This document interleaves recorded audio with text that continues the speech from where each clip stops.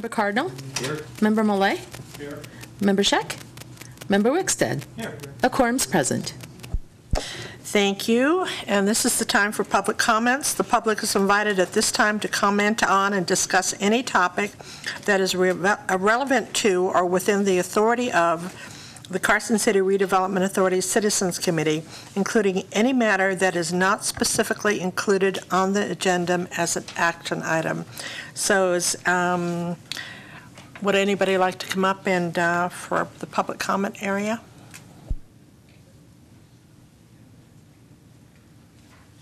No, we have one leaving. No, not coming in. Okay. So the next thing is for possible action, the approval of the minutes from March 2nd, 2015. I will entertain a motion or comments on the minutes. I'd like to make a motion to approve the minutes from March 2nd, 2015 of the Redevelopment Authority Citizens Council. I'd like to second the motion. All in favor? Aye. Aye. So passed. Okay, we're going right forward here. Item number 5.1 for possible action to recommend to the Redevelopment Authority amendments to the Redevelopment Authority policies and procedures, Section 3.2, financial assistance with special events, to modify the advisory board review process to allow the Carson City Cultural Commission make recommendations to the Redevelopment Authority on special event applications related to arts and culture activities within the redevelopment district. Lee? Thank you. Good evening, and for the record, Lee Plumell, Community Development Department. As you've read into the record, this item is to make a recommendation to the Redevelopment Authority regarding the Redevelopment Authority's policies and procedures related to financial assistance for special events. As noted in the memo that's included in your packet, some members of the Redevelopment Authority and even this Citizens Committee in the past, and in fact, I went back to notes from 1 and 2 years ago and noticed this has been a conversation about possibly getting the Cultural Commission involved in reviewing and making recommendations to the Redevelopment Authority regarding redevelopment applications for special events that pertain to arts and culture events. So what's in your packet is draft verbiage, draft amendments to the Redevelopment Authority policies that would do that. So some specific things for your consideration, specifically as it relates to these policies, and I have them listed in the memo. Recommendations generally on whether or not to have the Cultural Commission review these certain types of redevelopment special events applications.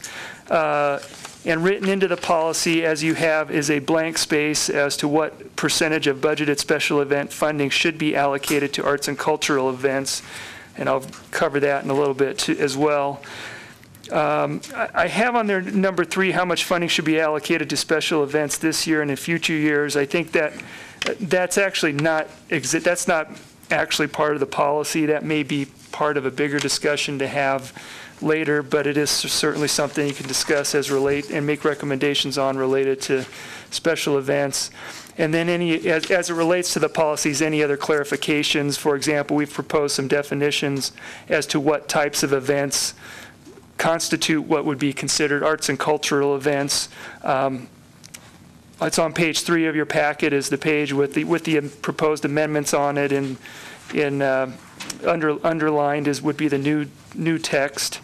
And just to read it into the record, arts and culture special events include performing arts, visual arts, and literary arts, and are generally events such as theatrical productions, music festivals, or music event series involving coordination among multiple event sites or organized through an arts organization, art displays, or other events deemed to be arts and culture events as determined by the director. So that's the definition of events that arts and culture events that we would use to direct those types to the Cultural Commission for recommendations before going to Redevelopment Authority. All remaining special events would continue to come through RAC. So if you look at the last page of your packet, page 6, this is a table showing just for as an example purposes, it's a table showing special event funding that has been given out through redevelopment for over the last 5 years. So kind of using that definition, I've split it out where you see the upper part, there's arts and cultural events and redevelopment events. So you can kind of see how that split would work, what types of events would fall under that definition as we're kind of interpreting it. And also on this table, if you notice, it also, I've put in there the percentage of funding that has gone into what would be the arts and culture category and what would be the remaining.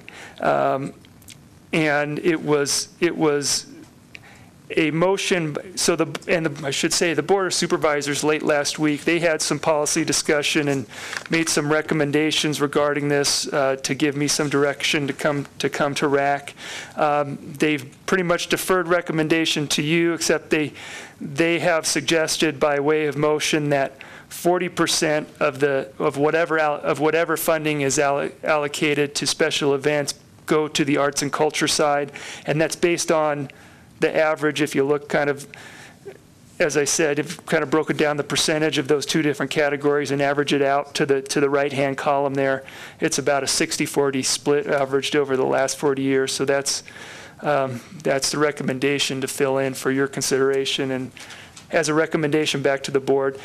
The policies are not officially adopted until I need to bring them back. Actually, on April 16th is when I plan on going back to the Board of Supervisors to adopt the updated policies.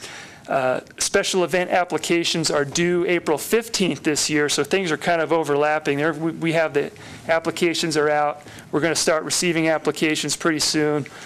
But we're going to get, if the board adopts the policy on April 15th, then we'll have time to divvy them up, the applications received, and it'll be on your agenda in May. I think it's May 4th is the first Monday for you to review all applicable redevelopment special event applications that come through you to make a recommendation to the Board of Supervisors.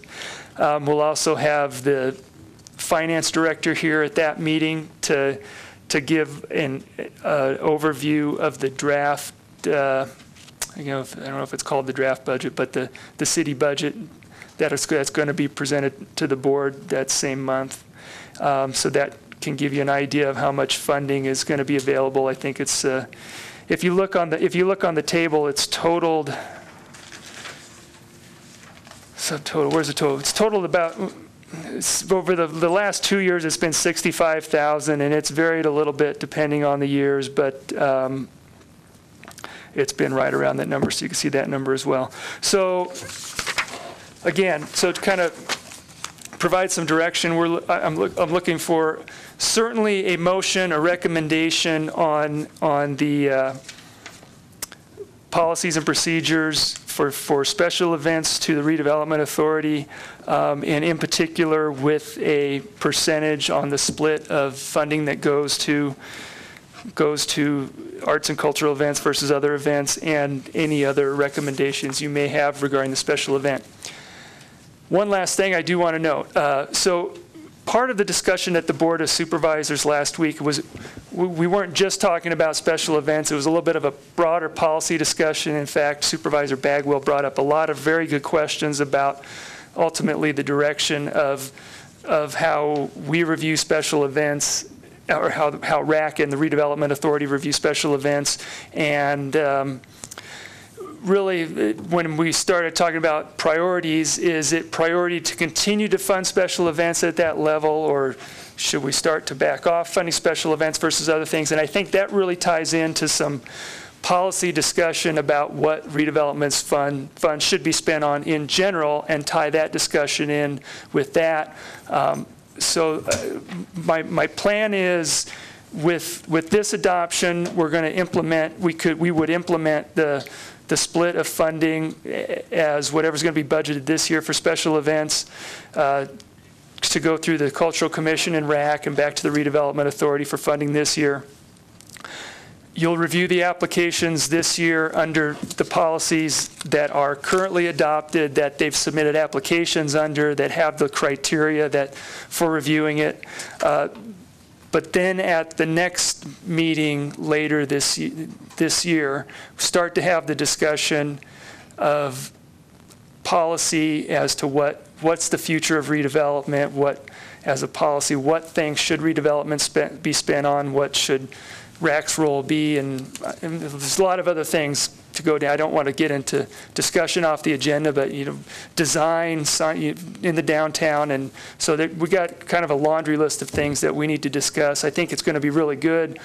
It's kind of what a lot of members of RAC have been asking for to get into it, to provide a little bit more direction and guidance. So, but that's coming down the line later this year. And we're right tonight trying to get through the special event policies for now till we have time to discuss them in more detail later. So I'll conclude with that, Madam Chair, and take any questions now. Garrett, for the record, Garrett Lapierre has shown up. Apologize for my tardiness. A couple questions for you, Lee. Do these events, most of these I know, but the ones that are arts and culture, do those events take place in a redevelopment area, or do they take place, let's say, at WNC or Brewery Arts Center, those places? Some of them I know, but you can just go through. So actually, all of the events that we have received applications for that are on this list, at least in the last 5 years, have occurred within the district.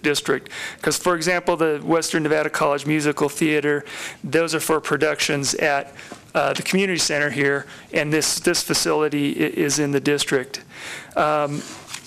Sorry, that reminded me of a couple of things regarding the policy. So in your recommendation, I have to note a couple other corrections that were pointed out to me tonight or by the Board of Supervisors. So if you could refer to page 3, because in your motion, if you could, I'll identify the corrections now, and if you can just say with the corrections as noted. So first of all, in the second to last paragraph where I added or cultural commission, that's supposed to say as applicable, not as application. So that's just a technical error, and I'll fix that when it goes back to the board, of course.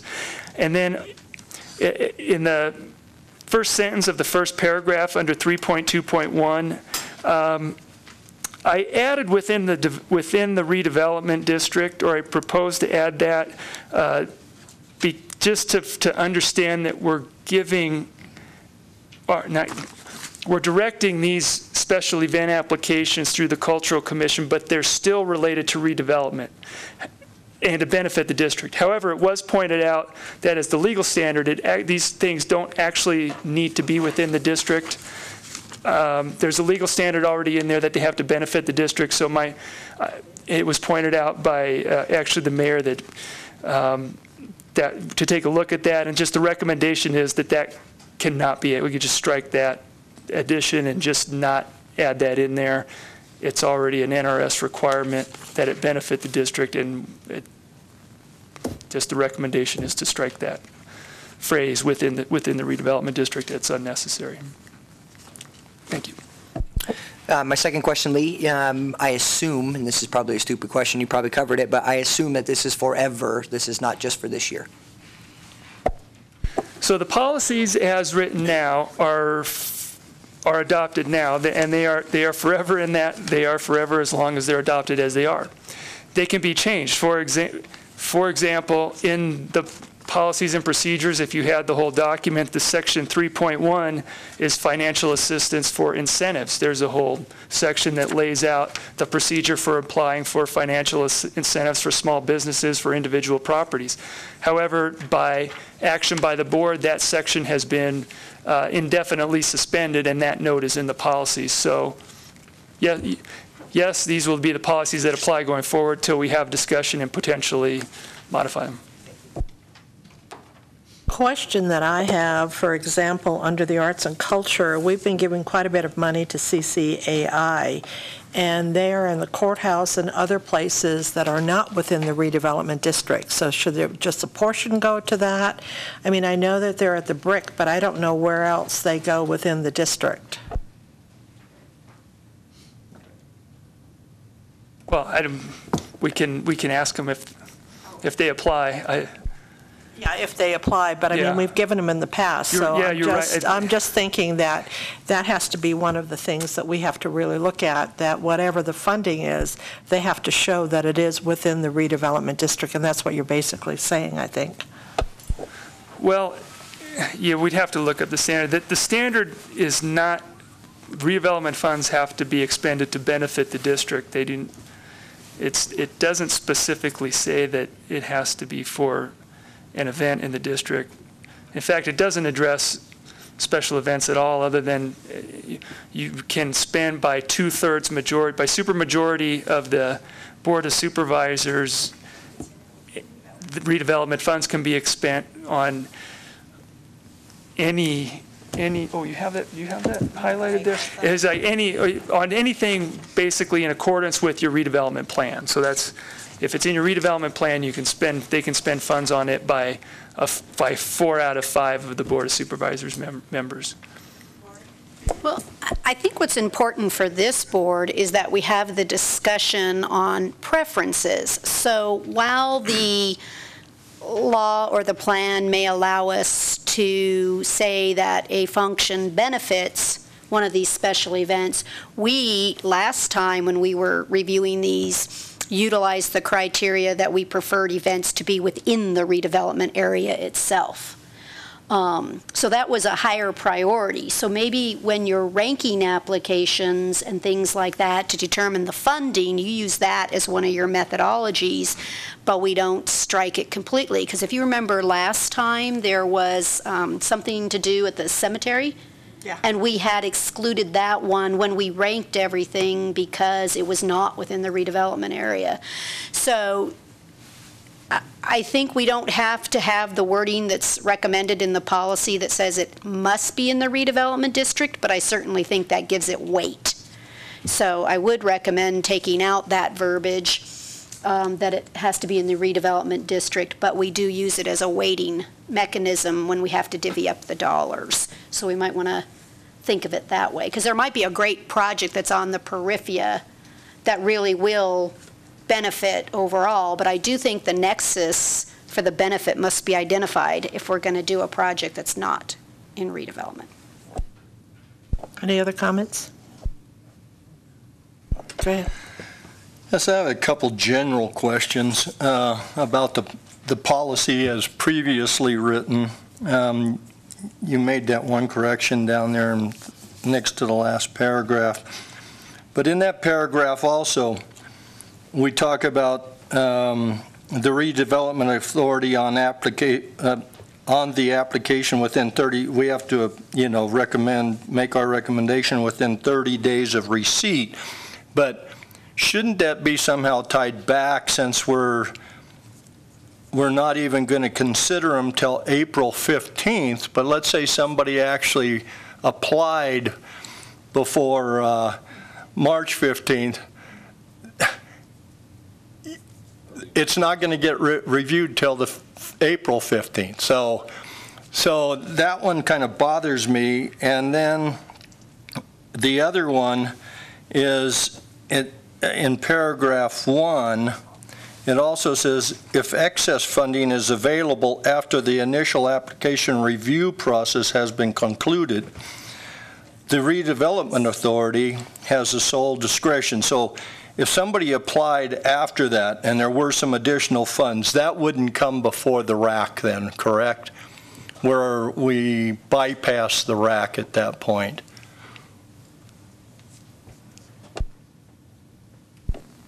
Sorry, Craig, can you point me to this verbiage for that second question again? On the second one? Okay, Yeah. Go back up to paragraph 1, right under 3.21. The second sentence, if excess funding is available after the initial application review process has been concluded, the redevelopment authority, at its sole discretion, may decide to entertain additional applications for, so that does not come back before us. It goes directly to the, is that correct, how it's been working? Yeah, we haven't, as long as I've been with redevelopment, we haven't had additional funds to do that, so I haven't noticed that before. I don't think that was the intent of that it will go to redevelopment without a recommendation. I don't think that's the intent of what that means, just that they may or may not award that assistance. Just because money is available doesn't mean they can award it. I think is what that means to say. Yeah, and on your first question, so I actually would recommend changing that a little bit. So, because so the first question was about you have to do it within 30 days, and it's within 30 days of the April 15th deadline. So I think maybe that should say not after receipt of an application, but after the application deadline each year would be the better way, because we can't guarantee bringing it to you within 30 days necessarily, right? Yeah. Because it may not always be the 15th. No, it is always, in the first paragraph, the application deadline date is always the 15th, and that's what the 30 days should be related to. Lee, I have a question. Also, it seems rather cumbersome that today what we're going to be doing is we're going to be voting on the split, whatever the percentage is. And then, from what I'm understanding, that monies will basically be told to the Cultural Commission. You have X number of dollars, whether it's $30,000 or whatever. They will accept the applications from the arts and cultural people, right, and award it, and then it comes back to us? No? That's what it says, basically. Go straight back to the board. Yeah, so the process is that all applications have to be submitted to the redevelopment department. So we do the basic screening. Are they even redevelopment special event applications? Then we decide by definition, so we'll need to, there's Vern. Vern Cron's from Parks and Rec and he's the staff liaison for the Cultural Commission. So they'll come into the redevelopment office. We'll, by definition in this, split them into the Cultural Commission pot and the rack stack, and I can work with them to kind of help if there's any questions on the definitions. They go to those advisory boards, then they go straight to the redevelopment authority for final approval of the funding. Okay, then what I would recommend too, as we're wordsmithing here under section 3.2, is after all the underline, the new section, it says the Redevelopment Authority Citizens Committee or the Cultural Commission, as applicable, must review any application, because that's what I was confused about, because it says and. So it seemed as though it was going there, coming back, and the whole bit. So I think that will clear that up. And it says or the second time, which makes sense. Thank you.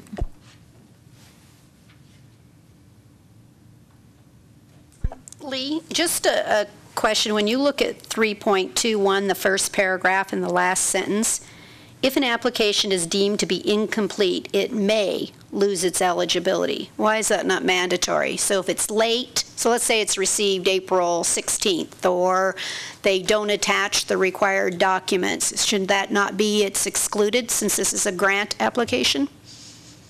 Well, that's a redevelopment authority policy and procedure decision. So I've been on both ends of this. I've been yelled at for not taking them late, and I've been yelled at for taking them late. So, it's kind of either way. It's certainly here for us to make a recommendation, and to me, a grant is a grant, and if you file late, you're not considered. It's as simple as that. Nobody gives me a waiver when I apply to the federal government or whatever, so since we're making recommendations, I don't know what else you use for. So let me say it this way. I don't think it should be a judgment call of staff. I think it should be fairly applied for everyone. And if everyone knows the rules, then so be it. I don't think it should be you, Lee, having to decide whether the application makes it in or out, because you're the bad guy no matter what.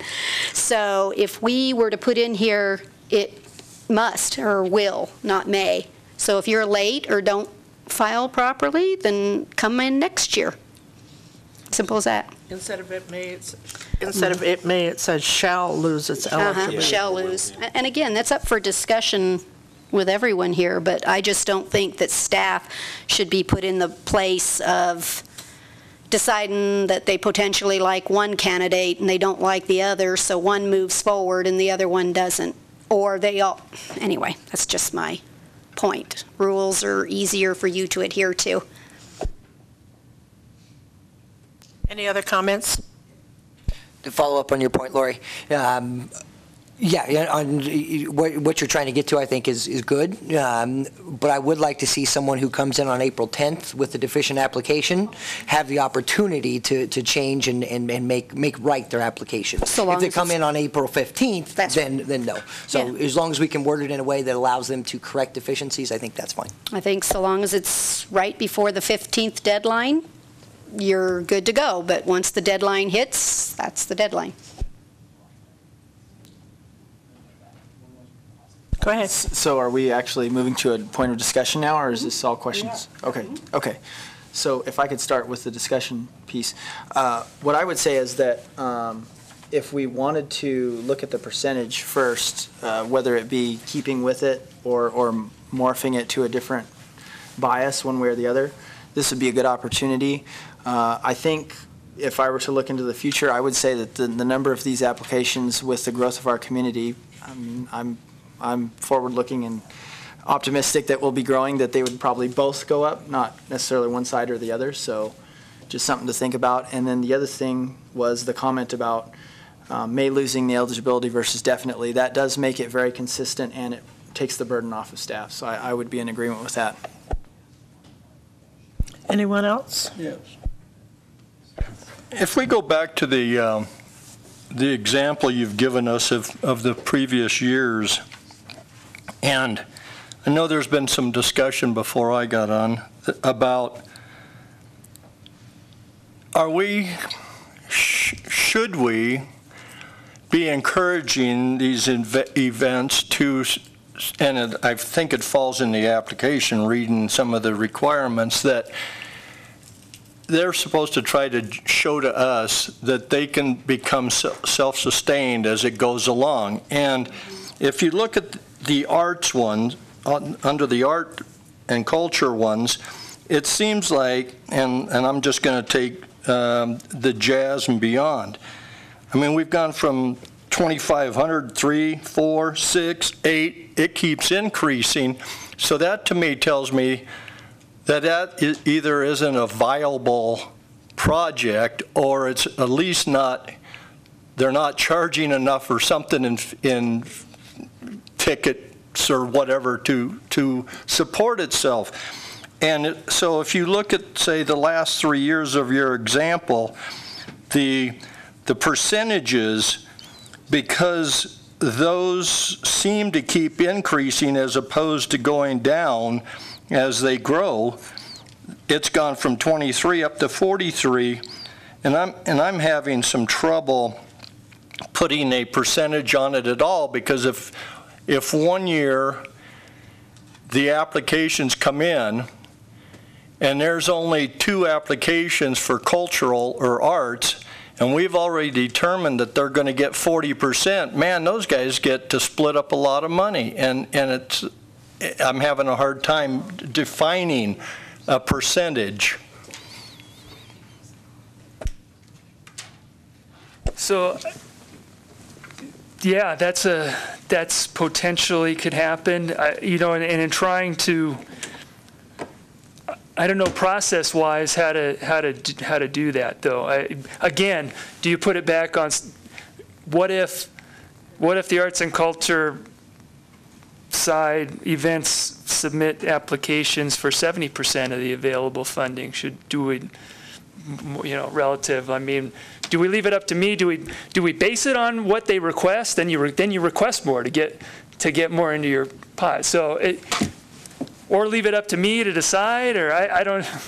Yeah, I don't know another way other than just saying this is how we're going to split it. So that's kind of the discussion we've had to get to this point. Let me throw something out there. So, and I'm not sure how we'd word it yet either. This is just, I'm throwing out a concept. If you receive the applications and I'm sure in most cases they're applying for more than they end up getting because there's just not enough funds to give everybody their dream. But if you looked at each year, you looked at the total that each segment, the arts and cultures versus the redevelopment, are asking for, and balance the percentage that year based on the requests for that year. I don't know if that makes any sense or not, but at least that way, if you only have two and they're only asking for 15,000, we're not going to give them 45,000.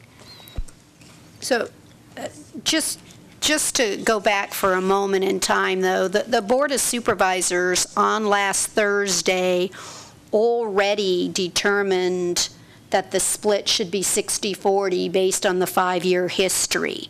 And we did not increase the $65,000 allocation. So that's going to kind of maintain the status quo dollar-wise that's available. And really, all these other questions that you're asking kind of go to the laundry list of things we should be working on for next year, is all of the conditions and rules and rankings and ways that we can make this, a real objective criteria, that when you're sitting down and evaluating these, we'll give them points based on, how many years have you been doing it? Are you decreasing? I think these are all the types of questions that I posed during the board meeting that we need to do as a committee when we're ranking the applications. Is this a new event? Is this an existing event? All of those things I think matter. And just what you're saying, the history is there. But as far as the allocation between cultural and the redevelopment, I think we have to come up with a number and an amount.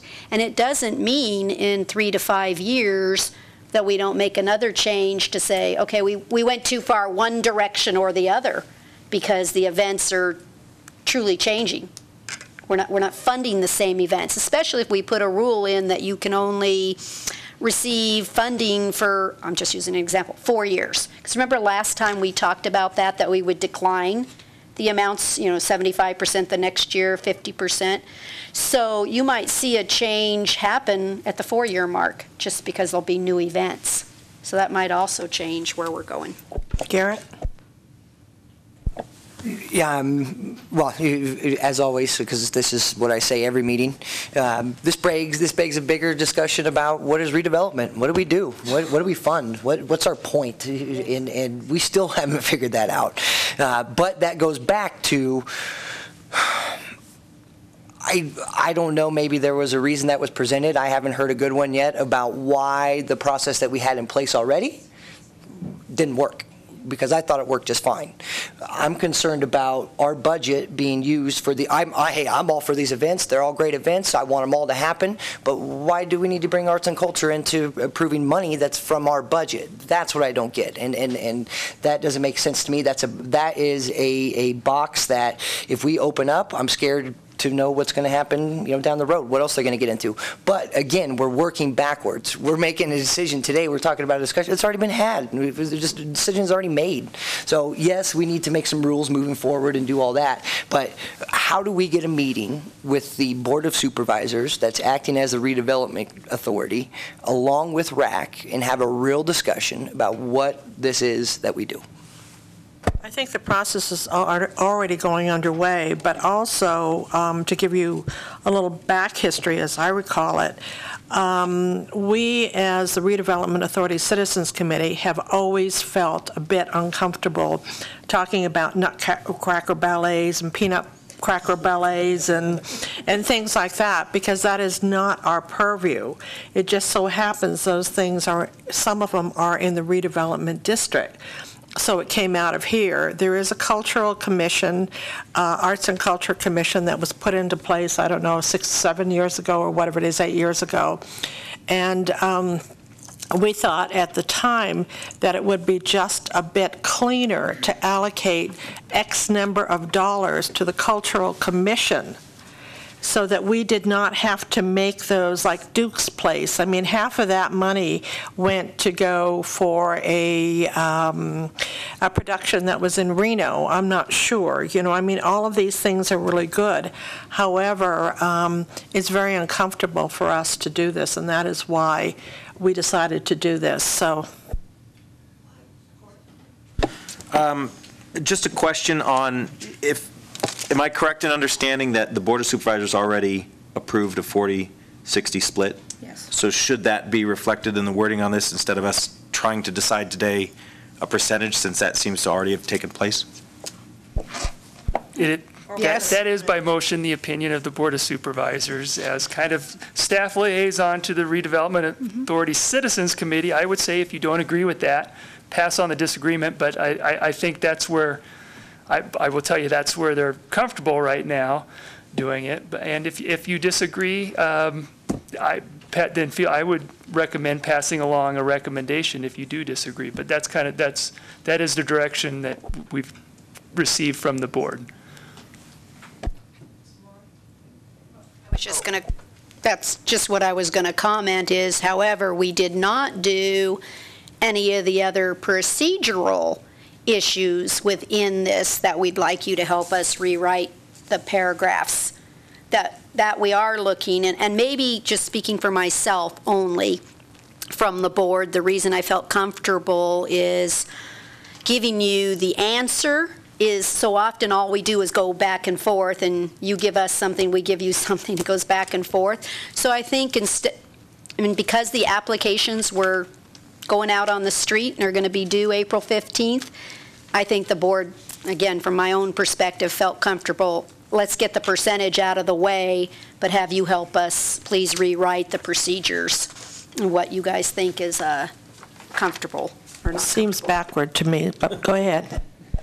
Yeah, I think so. I think if we are going to talk about a percentage at all, I would hesitate to place a lot of weight on either what we've done in the past or what this reflects, not necessarily because it's a bad thing, but just because I think I'd rather step back and say, all right, what do we think arts and culture means to us as Carson City? And then looking at redevelopment, what do we think the remainder of the events mean to us as Carson City? Is it 50-50? Is it 75-25? That's what I would try and look at, because we're having the difficulty finding the percentage. And I think, arts and culture to me means quite a bit of that. I don't know if it's 40, but that somewhere in there seems much more comfortable to me, or what we decide as a group. So. I would like to have a discussion, not necessarily on the percentage, because I think that arts and, once again, I'm not against any of these events. I think they're all great. As our community grows, as our downtown changes and our public spaces change, 3rd Street changes, the infrastructure changes as to where events can be held and what can be held there and what's going to happen, and we bring in some new, young energy, or just new energy in general that bring in groups that want to put on these events, they're going to need a hand up, and there's nothing wrong with that. I want to have a discussion about is $65,000 enough money to do the events that we want to do, and that begs the bigger question of, is redevelopment, should we be funding events or should we not? But that's a discussion that has to be had. I do think from a redevelopment standpoint, while I'm not an expert on the Nutcracker Ballet, I can have an opinion on whether that event benefits the redevelopment district, and I think we lose some of that without having some say. Well, I think, if I may weigh in on this as well, is perhaps where we have to begin for both redevelopment, the RAC committee, and the Arts and Cultural Committee, is that we have the same sets of rules that apply to both. So anything that comes out of the monies that go to arts and culture should also have the same rules. It has to be in the redevelopment district, et cetera, which some of these are not now. So actually, I think that's kind of a good discussion, because I've been looking at both of them, and I don't know that they're actually the same, because here's a little bit of difference. When you look at the items on the top, not all of the arts, for example, charge a fee. I know that a lot of the jazz festival there's no fee, there's no gate, there's no way for them to collect $1. The arts that you're looking at right here in the community center, there's no, what are you going to do, put a donation bucket there to get some money? I know, but I'm just indicating they don't have the ability the same way that the events that we're selecting from, they all can have gate charges or ticket charges. So I don't know that everything is the same. I think we'd like to make it some of the rules, like you have to do your financial, you have, if you want it in the redevelopment, that's certainly one you could look at.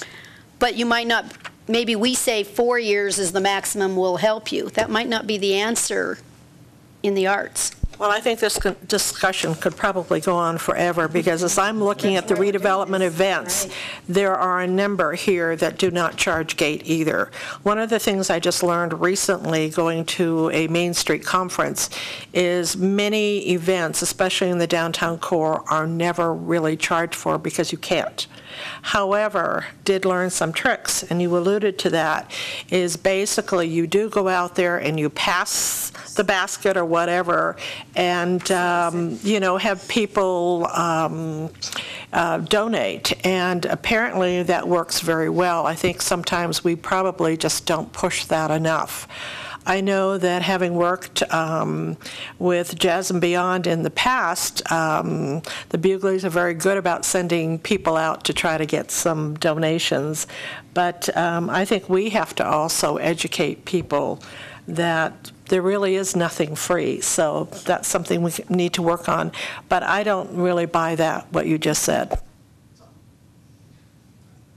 Anything further?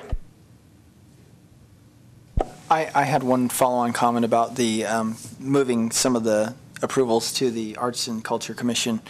I just think they have a level of specialization and understanding in the community that we maybe wouldn't have, is all. They're the specialists. They're the ones who know.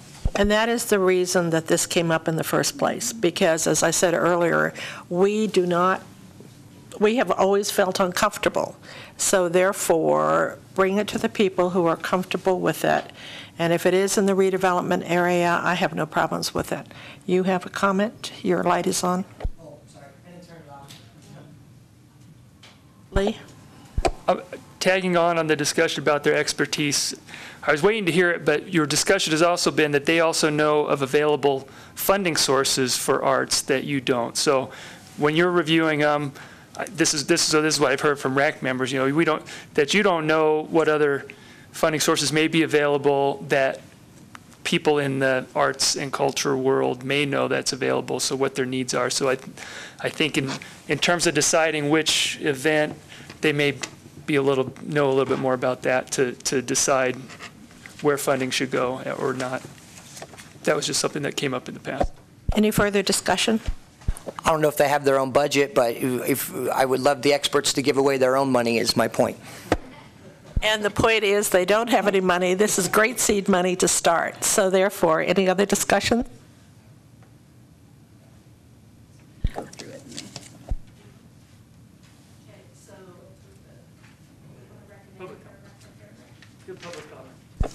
Okay. Oh, public comment? Any public comment? Because I see some important people out there who may want to weigh in on this. Mr. White? Nothing? I actually have. Yes.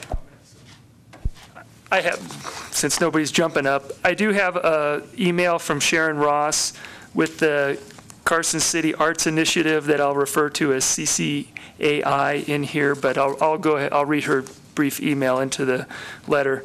Thank you for offering to take CCAI's comments to the RAC meeting this afternoon. The Carson City Cultural Commission formed in 2008 and serves as the primary advisory board to the Board of Supervisors for matters relating to arts and culture in Carson City. The commission also serves as the catalyst to bring government, the arts and cultural community, and the public together for the cultural benefit of all Carson City citizens. As such, CCAI encourages the RAC to confirm the board's vote on April 2nd, allowing the commission to serve as the review panel for the arts organization's applications for redevelopment special events funding and to send its recommendations to the Board of Supervisors. This change in the review process to include the Cultural Commission and the Special Events Grant Application process is appropriate and timely. Thank you for your consideration. From Sharon Ross. If I may, I don't know if this is out of order here, but Vern, do you have any input at all as a staff person to the Arts and Cultural Commission? I would like to hear it.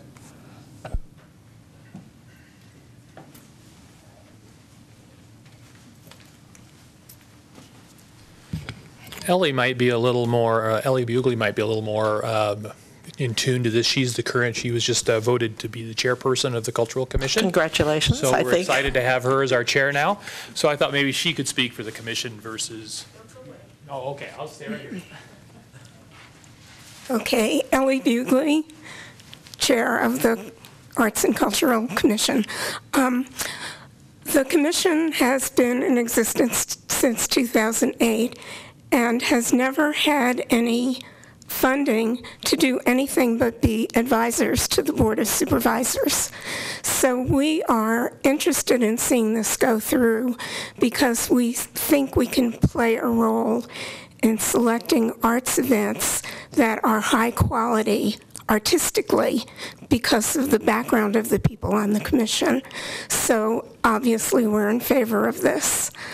I feel like I'm speaking partly with my hat on for the Jazz and Beyond Festival, and if I may say a few words about that, all the events are a mixed bag. Some of them are one-day events, some of them are two-week events, some of them are a mixture of several events, like the festival. And some of them are fundraisers, where the organization putting them on does it to end up with money in their pocket. Not to say the event is not a wonderful addition to the quality of life in Carson City. So the city may still want to support them even indefinitely. The Board of Supervisors has taken a position that what nonprofits do for the city are often services that the city feels benefit the community and should continue, and that the organizations do them for a lot lower cost than it would cost the city to do them using city staff and city funds. For example, Jazz and Beyond, I can speak for that one, has 0 paid staff. It is all done by volunteers. And we do pass back skits, we do get sponsors, we do sell ads in our program, but we will never be self-supporting. If it's an event or a series of events that the community would like to see happen, the community and the city may have to continue supporting it, or will either stop doing it, or it won't be the same long-term 2-week, or we'd like to see it be a month, like our town. Eventually, we've been adding more artistic components that are not music, and certainly we've always had music that's not jazz. So that's one thing that you should think about when you're changing the rules. And I'm talking too long, so I'm going to stop. But just to congratulate you for taking this so seriously and for giving the Cultural Commission a little bit of funding to get us started in our public programs. Thank you. Well, as far as Jazz and Beyond, that would be part of the Arts and Culture Commission, which we have no say in anyway, Ellie, but it was a nice speech. Thank you.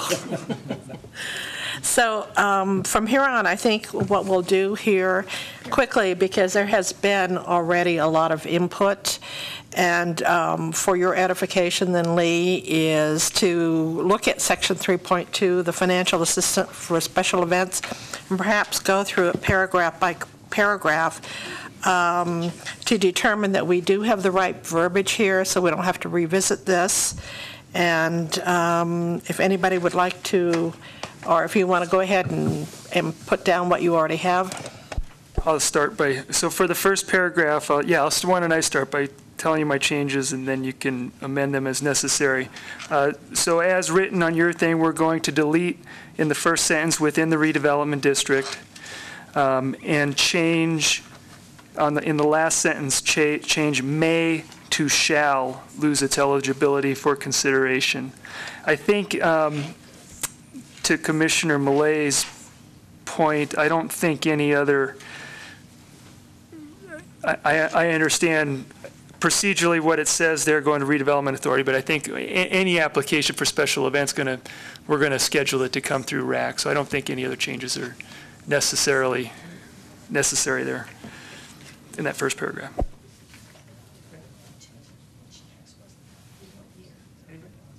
And there was another change under all the underlined. It says the Redevelopment Authority Citizens Committee or the Cultural Commission as applicable. Got that? And then now we're on the paragraph. We're going to add, unless it's changed, 40% above that in the underlined portion, 40% of the total amount of redevelopment special event funding to the arts and culture special events.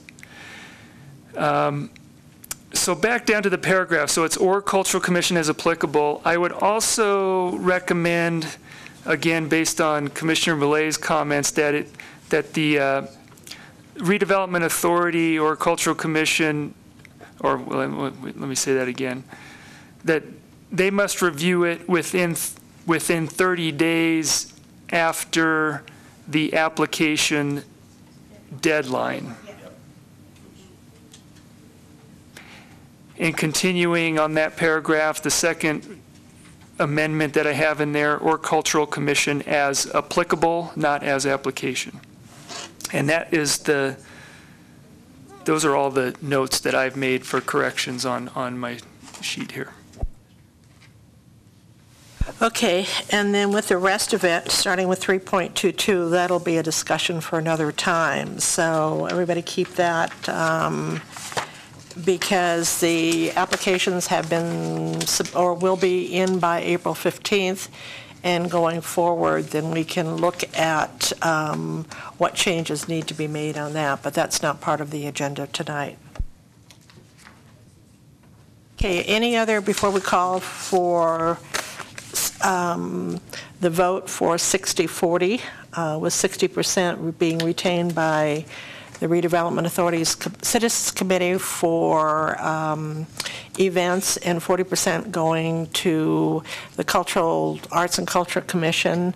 Are there any other comments? I think what we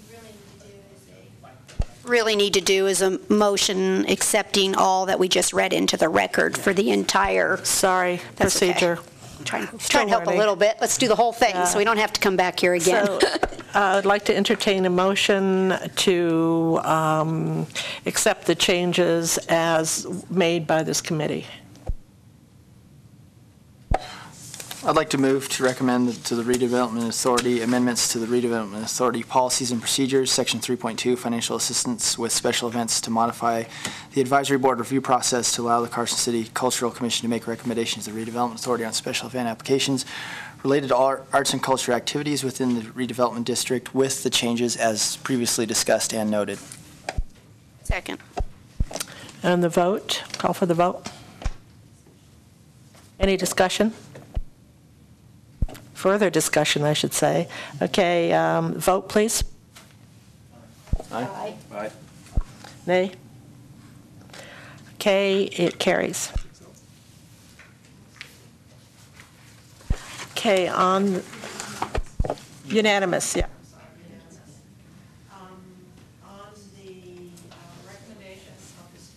I'm sorry, on the recommendation of the split, is there any further discussion on this? We already did that within this last motion because he read it in already. Okay. 40. So it's done, okay. All right. Staff reports and updates on matters relating to the Rackley. Okay, just a couple quick things before you can go home and watch basketball.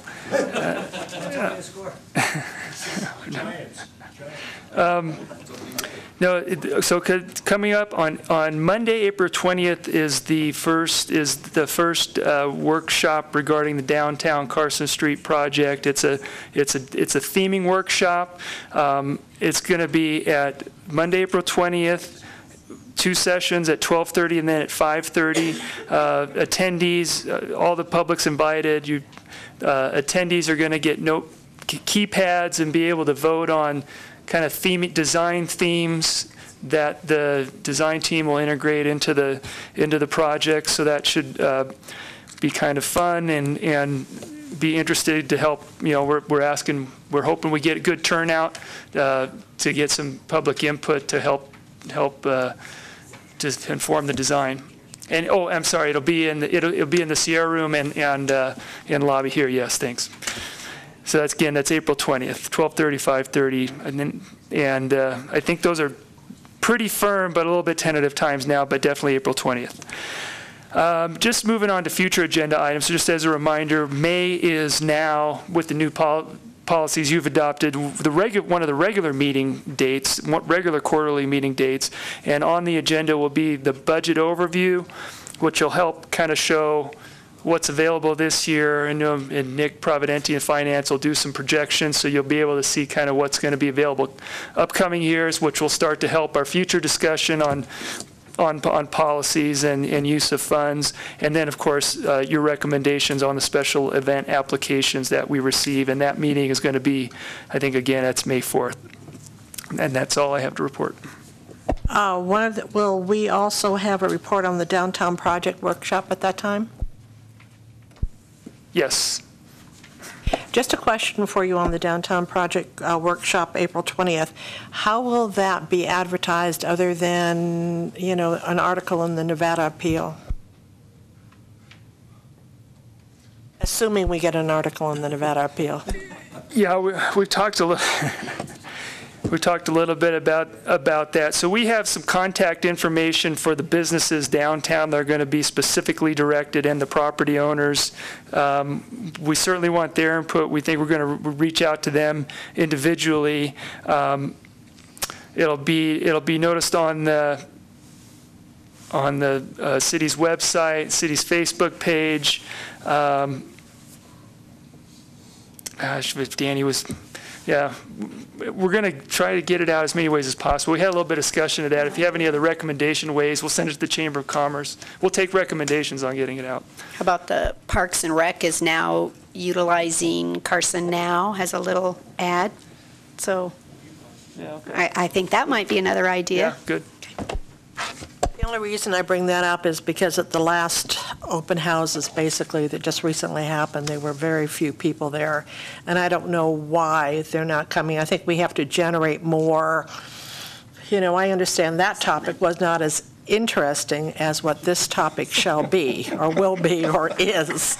So let's see what we can do with that. We certainly will get it out, Lee.